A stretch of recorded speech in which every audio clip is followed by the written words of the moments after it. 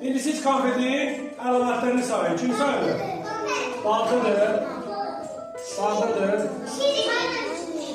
Şirindir. Ayşə. Şirin sonra.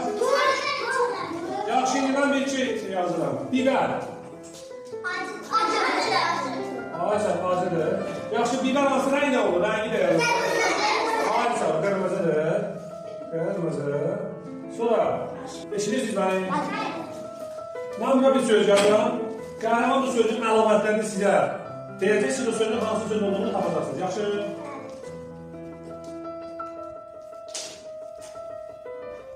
Səsli oxumaq. Ürəkdən oxuduğunu bildir az sözü. İndi onun əlamətlərini uşaqlara deyirəm.